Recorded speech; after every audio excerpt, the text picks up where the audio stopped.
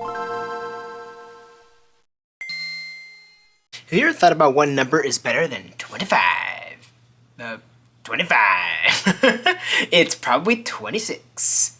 Anyways, hello everybody, this is That Manga Dude, and welcome to the good, special, fancy, wonderful Q&A. I haven't done a Q&A on this channel in over 2 years now, which is crazy. I think the first one I did was for 200 subscribers. 200 subscribers, and now I'm at 3,620 something, give or take, depending on when this was filmed. I haven't checked honestly today, so I know for sure it's at least 3,600, which is crazy. Thank you so much for having the subscribers of a small town. We have created a very fun family here. Thanks for always being awesome to every single person who watches my channel, even if you just watch my shorts, even if you're commenting something really mean. Your views mean the most, your nice comments mean the most. Yeah, I really appreciate it. So I want to ask people what they wanted to ask me, because I know I get a lot of questions here and there, just across the board, and so I asked specifically like questions you would want me to answer on this channel, and it's actually pretty surprising. Most people kept it about manga, which is very surprising, so thank you so much to everybody who took it moderately serious. I appreciate you. You're all awesome and amazing. So yeah, I have quite a few questions, and I'm going to be answering them in the order that I saved them on my phone. So let's get started right now. Okay, so question number 1 comes from Hey Ginger Manga on Instagram. So they asked 3 questions. So the first question is, what manga do you most want to be licensed? And to be fair, there's a lot of manga that I want to be licensed. A ton of sports manga, specifically in English print. There are a few that are in English, but they're only in digital jail. So like Ace of Diamond, and there's like a basketball one too. And I think that one, Aoashi, I think is what it's called, which is the soccer manga that's not Blue Lock, and that one looks really great, and I'm pretty sure that one's also locked to digital jail. But specifically for ones that have not been announced at all, at least 2 of them for sure. One is Shiori Experience, which is this awesome music manga. I love music, if in case you didn't know that, and I love manga about music. There's quite a few. Your Lie in April, Blue Giant come to mind almost immediately, but I love manga that focuses on music. Regardless of the type of music, it could be about jazz, it could be singing, it could be vocals, it could be whatever, it doesn't matter. I will enjoy it almost every single time. So, Shiori Experience is basically about that. It's about this office lady, if I remember correctly, who starts to see the spirits of Kurt Cobain and Jimi Hendrix from what I've seen. I've tried to keep myself spoiler-free on this series, which is crazy because it is a series that I'm super hyped for, and I really want people to check out, but there is no current way to read it legally, so hopefully Square Enix brings it to English print. That would be super awesome. I have a feeling a lot of it has to do with the likenesses of Jimi Hendrix and Kurt Cobain, of course, because there's always legal stuff when it comes to that kind of things. But the series looks absolutely amazing. It looks awesome, and it's about music, so yeehaw. The second one is Guitar Shop Rosie. This is about, I think it's 2 dudes who like run a guitar shop, and it's about like their lives as they run this guitar shop. I don't know much about it other than that, but the cover looked really cool. Someone brought it to my attention. I forgot who it was. I think someone had like retweeted it or something when it got announced, but it looks super cool. Once again, another one that focuses on music, so it falls along those same lines. I don't know much about it. Definitely do your research on it, but I've heard it's actually pretty good, so hopefully we get an English release at some point. And then, in terms of ones that I really want to have in English print, because this one's already been technically licensed in English, but it's only digital, is Baby Steps. Baby Steps is this awesome tennis manga / anime. It was an anime that I watched a long time ago, I think back in like 2014, 2015, I forgot exactly when, but I absolutely loved it. Basically, it's about this like nerd, this like nerdy kid who's like really smart, but kind of wants to get into an extracurricular club in order to boost his chances of getting into a good university. So he decides to join the tennis club on a whim, and ends up becoming engrossed in it, and starts to use like his analytical skills and things like that in order to improve himself as a tennis player. So it's really flipping cool. I love the anime. The anime is awesome. It's really great. It's 2 seasons. Also opening. It's just really good. I really want to see that in English print. I don't think we'll ever get it, but I'd love to read it in print. Alright, now the second question that I received from Hey Ginger Manga is, what new release are you most looking forward to? And to be fair, a lot of the ones that I was really looking forward to have already come out, but 2 that come to mind that I would love or that I'm really excited for, is the girl she was interested in wasn't a guy at all, which is the really cool. I think it's like a Yuri manga that's like got the green print. It looks really flippin' cool. So I don't know much about it other than that, but it looks like it's gonna be a lot of fun, and it's gonna be an interesting print. I always love it when manga experiments with different mediums and different like colors and things like that. I just find it to be really cool. So super excited for that one, and I don't know when it's coming out. I think it's this year, maybe later next year, but definitely really hyped for that one. And then The Climber, which was announced earlier this year, was super crazy. I was completely blown away. Was not expecting it to get announced, but this is a series that I've been looking forward to for a long time, and it basically follows, I believe it's a high schooler who joins the like his school's climbing team or whatever you want to call it, and then like he ends up like becoming a climber and learning like about the just kind of like the skills and difficulties of becoming a professional climber. And at least I think that's what it's about. Don't take my word for it. Please make sure to read a synopsis. As you can tell, I go into a lot of things blind, but The Climber's always interested me. It always looked really cool, so I'm super excited for that one. Alright, the third question I received is, what is your favorite release from this year? And honestly, there are quite a few, but I think the three that stick out the most to me and most likely will be in my top three or my favorite manga of the year is Hirayasumi, Medalist, and Tokyo These Days. Hirayasumi from Keiko Shinzo is this really amazing slice of life series. I've talked about it a lot on this channel already. I did it for FEI, I talked about it in my reading vlogs, but absolutely love this one. In case you don't know what it is, if you're watching my videos for the first time, follow the story about this boy here, who ends up owning a house because a grandma that he became friends with passes away and gives the house to him. So now he's living alone, attempting to kind of like reconcile, or like not reconcile, but kind of like understanding his grief after losing a good friend of his. And now his cousin has decided to move in because her family was like, oh, she needs a place to stay, she's going to be going to school in the city, and you have a home for free. So she decides to move in. So it's about their struggles and everyday life, him struggling kind of with like the loss of his friend, the grandma lady, and her just kind of like suffering from imposter syndrome and trying to figure out how to become friends and how to figure out this new world that she's in that she's definitely not accustomed to. So it's really fantastic and I love it a lot. Medalist from Suru Makeda. This is a series that a ton of people really love, and for good reason. I follows the story about this girl here who is like younger at the beginning of the series, but basically she is really into ice skating, but a lot of people consider her to be too old to become a professional, because like you have to really be practicing, like for most people, you have to be practicing from like when you're basically a child, like a toddler. As soon as you can skate, you should be skating if you want to become a professional. So she ends up getting teamed up with this coach here, who's been struggling to find work after he messes up like his duos. So he ends up becoming a coach, and then that's how they become a pair. And yeah, it's about her growth as an ice skater, trying to prove against the odds, while also he trying to push her and trying to help her as much as possible because he knows the struggles of starting late in ice skating. So it's super awesome. The art is gorgeous. It's a really just fantastic sports series. If you like sports series, definitely give it a shot. And if you don't like sports series, it's a wonderful coming of age story. And yeah, it's just awesome. And ice skating is really cool. Number 3 is Tokyo These Days from Taiyo Matsumoto. This series is actually going to be finishing up this month with the last volume. I already saw it, but I didn't pick it up because it was kind of in messed up condition. So, but this series follows the story about a manga editor who suddenly quits out of nowhere, and it's about kind of like the ripple effects of him and all of his connections. And as he quits, he's kind of trying to find a new meaning in life.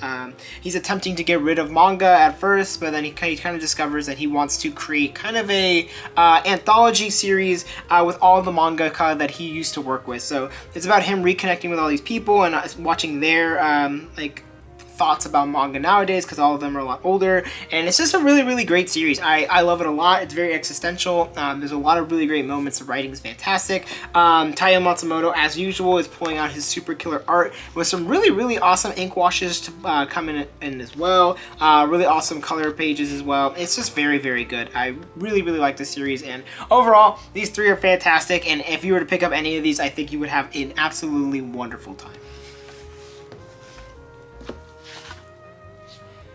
Okay, and the last question from Instagram and that I'm going to answer, there's one that I will talk about, and, well, you'll see. But it was from Raw the Collector, and they said, your first series. And my first series, that at least I'm pretty sure, there's a couple that are up for debate. It's been a long time, so, like, I'm trying to piece it together, basically. But from what I can remember, one of my first ever series, and you're going to see, like, how beat up it is, and that's going to be Yu-Gi-Oh! This is from Kazuki Takahashi. This is the original first volume that I got from a friend. Look, it even has a super ripped up page. So this is one of the only volumes where I've never decided to replace it, mostly just because for sentimental value. It's a volume that I really am happy to own.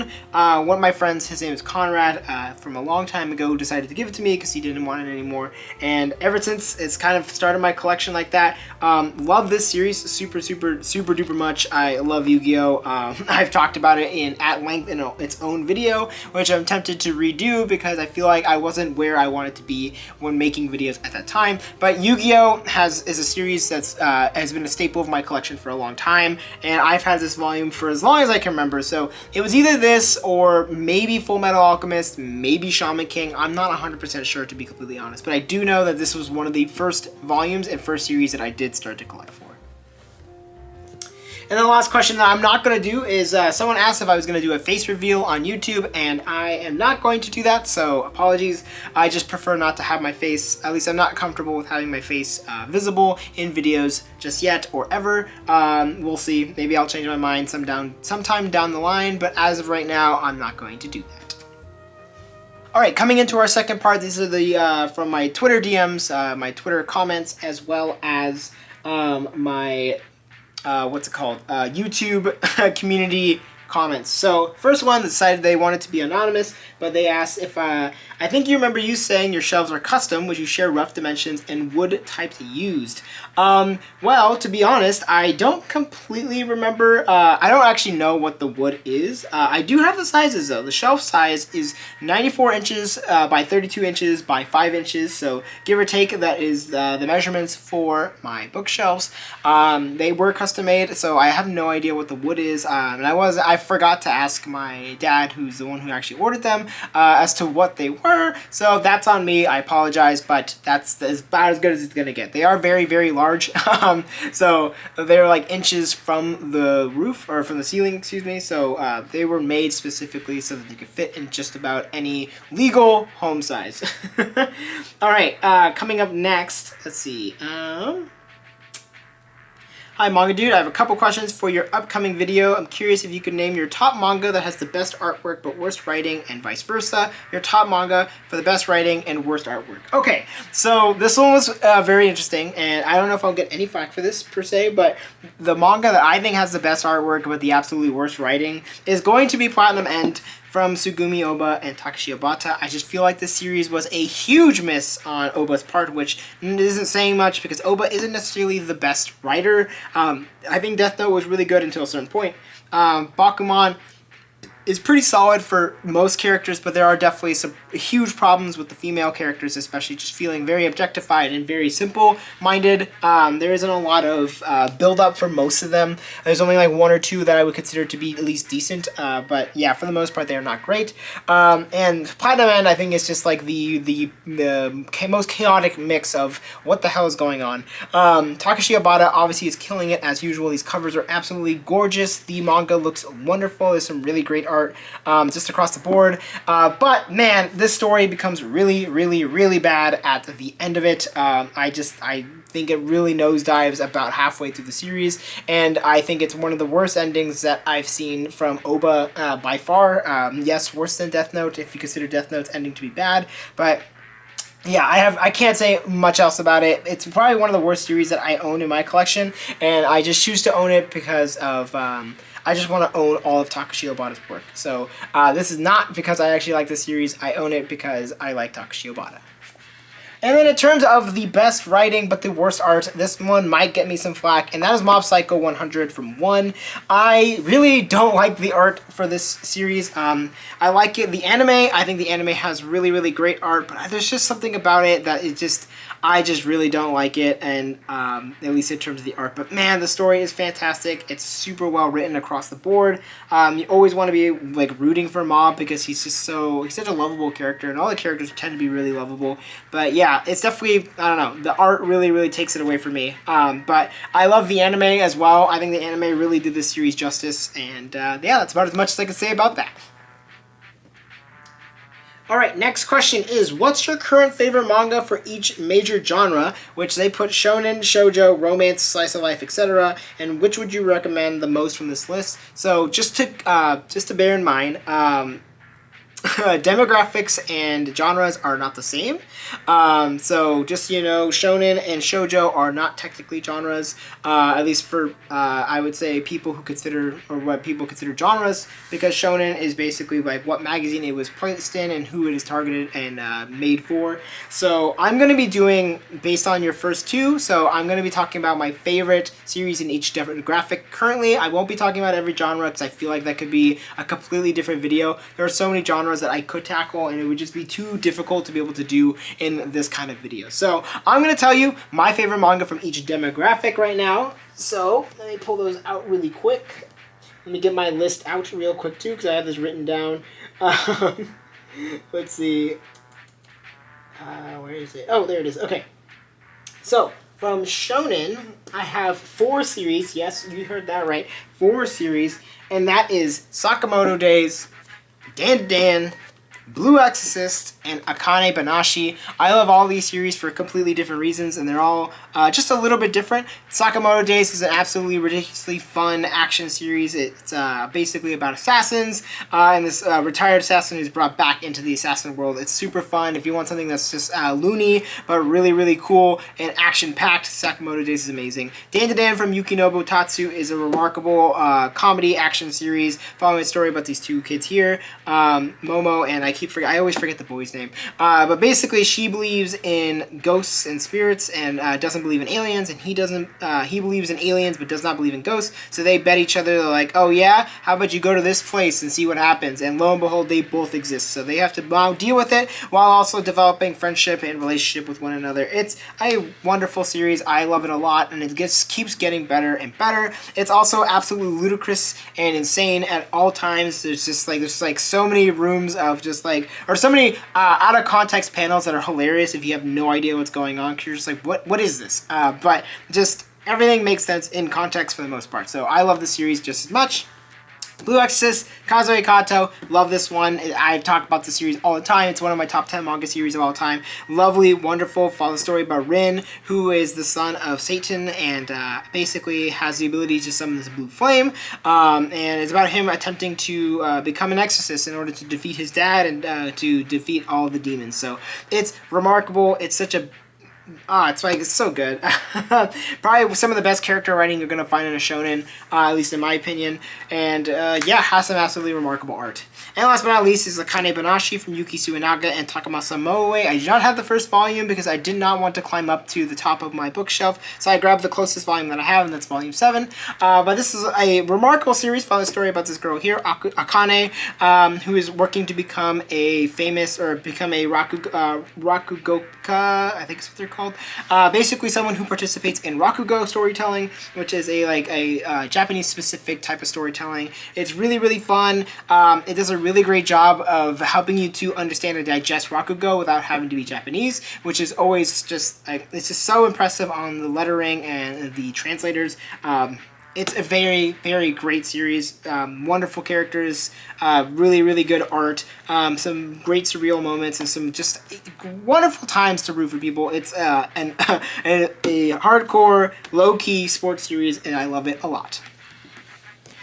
Whew. Okay, in terms of shoujo, I have 2 series that I'm going to select, and that is going to be My Girlfriend's Child and A Sign of Affection. My Girlfriend's Child from Mamoru Aoi is a absolutely wonderful, coming-of-age drama series following the story about these 2 kids here, who end up getting she ends up getting pregnant while they're in high school, and it's about them dealing with that situation in teenage pregnancy and how that affects themselves, how it affects their families, and all this kind of stuff. So it's really well done. It's has some just really strong character moments, just moments that are gonna have you shaking and kind of just kind of like understanding information and just trying to process everything, but it's done in such a nuanced and such a tasteful way. It doesn't make it like, it doesn't demonize anybody. It doesn't make anybody feel like, oh, just because you had a kid as a teenager, you're a terrible person. Like, I think it actually really talks about how nuanced it is, how difficult it is for the people themselves, like for the teenagers themselves. Like, everyone just thinks, oh, it's because of blah, blah, blah, blah, blah, like, oh, it's because they effed up or whatever, but like, there's so much more to it,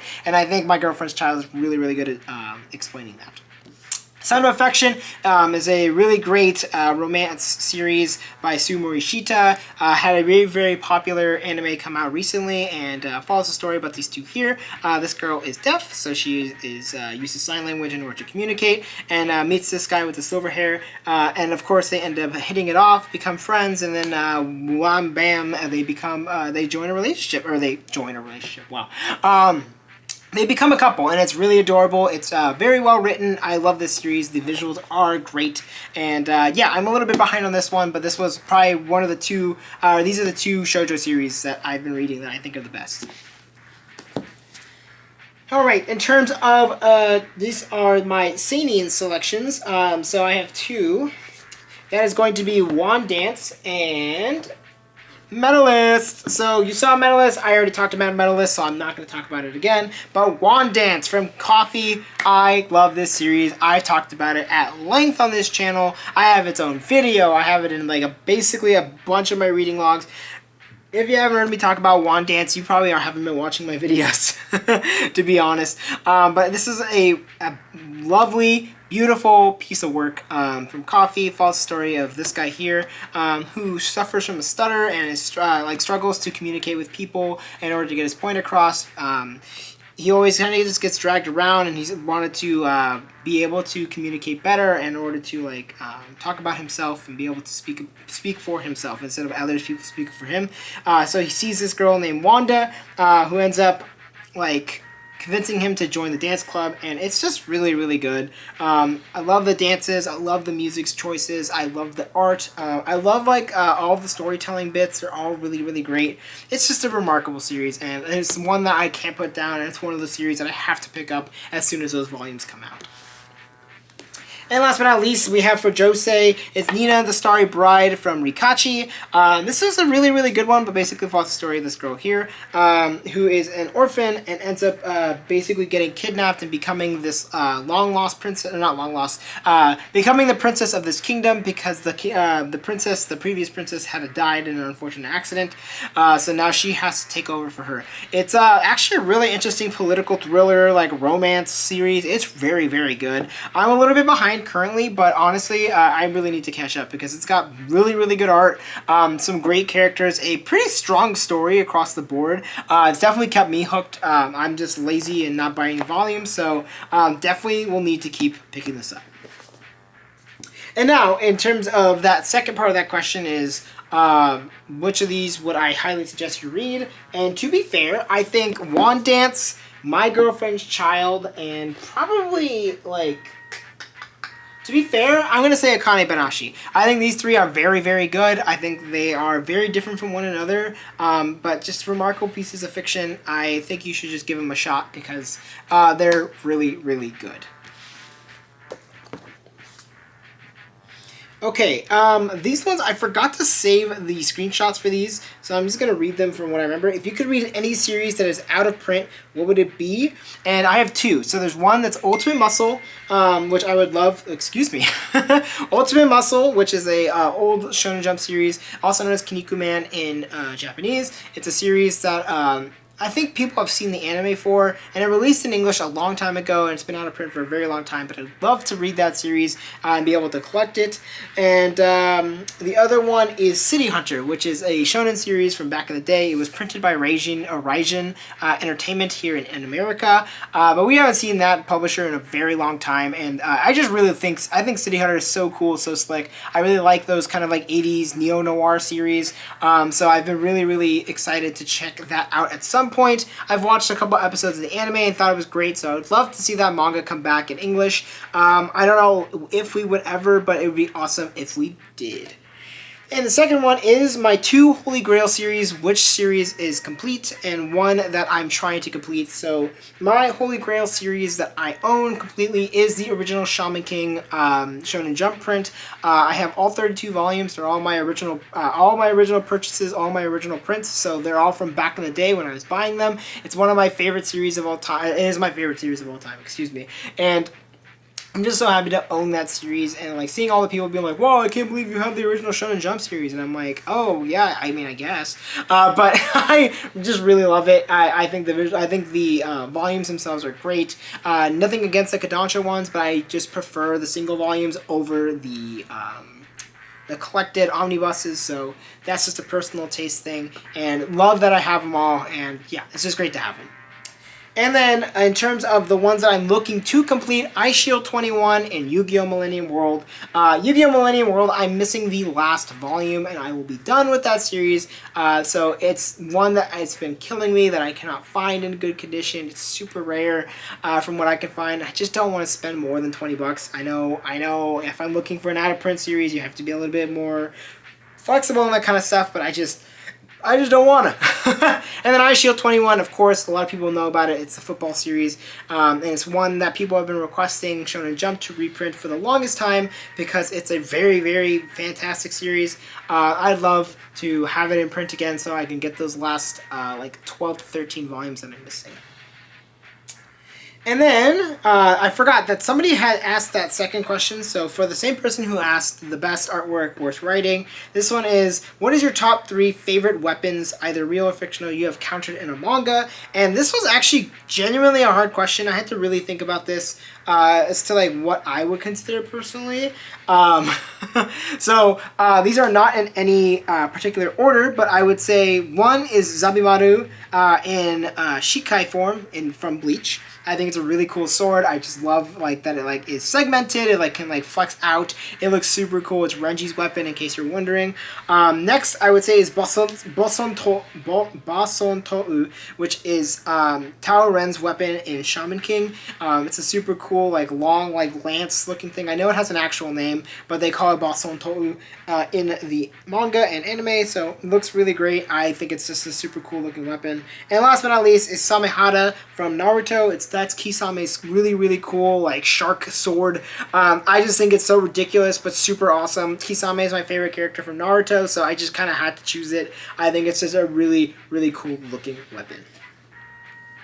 And the last question to tackle is from Eugen1343. This is from YouTube, I'm pretty sure. And they ask, what is your go-to manga shop site and your way of finding good deals? So I have 2 answers to that. So the first one is going to be your go-to manga shop site. I actually don't buy a lot of manga online, which if you've been watching my channel for a while, I have mentioned this before. I just tend to prefer to see my manga before I buy it.